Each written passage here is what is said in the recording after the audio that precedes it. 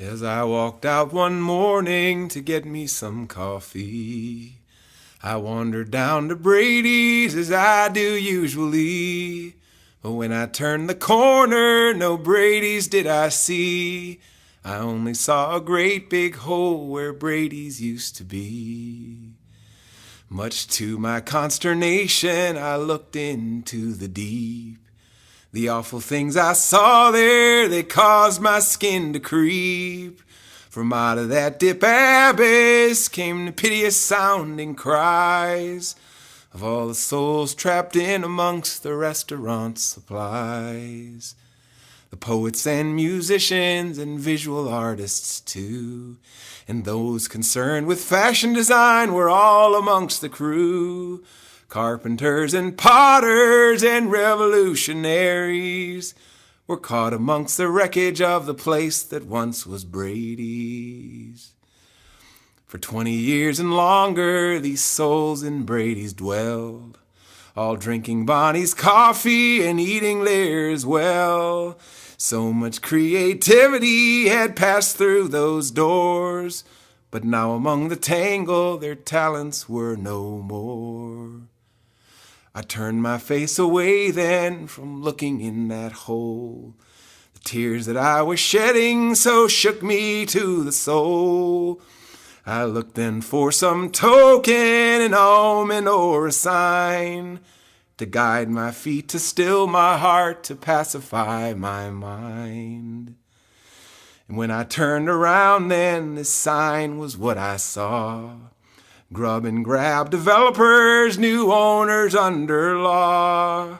Grub and grab developers had got this under lease, and they're going to put a Starbucks in the place of old Brady's.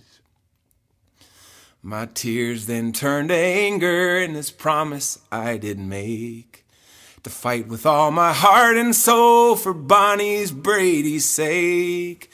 To rescue all the music and all the poetry too, and all the art that's on the walls and all the coffee too. I dug down in the wreckage and what did I espy? But an old and clunky printing press, and on the floor did lie.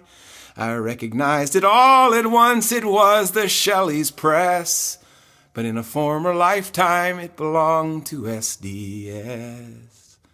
I cleaned it up as best I could, and then I turned it on. And finding ink and paper, I ran it all night long, until there were broadsides enough to plaster all of Kent and all of Portage County till the developers would relent. You cannot sing at Starbucks, you cannot plan a strike, or have community dinners, or have an open mic. They only have pretentious art and coffee that's expensive. There are no bands, the music's canned, and the attitude's offensive. And then the people came right out in hundreds and in droves, and formed a ring around the block protecting what they loved. For Brady's is the heart of Kent, the only place to be, if you're going to find your own way to creativity. As I walked out one morning to get me some coffee, I wandered down to Brady's as I do usually. But when I turned the corner, no Brady's did I see. I only saw a great big hole where Brady's used to be.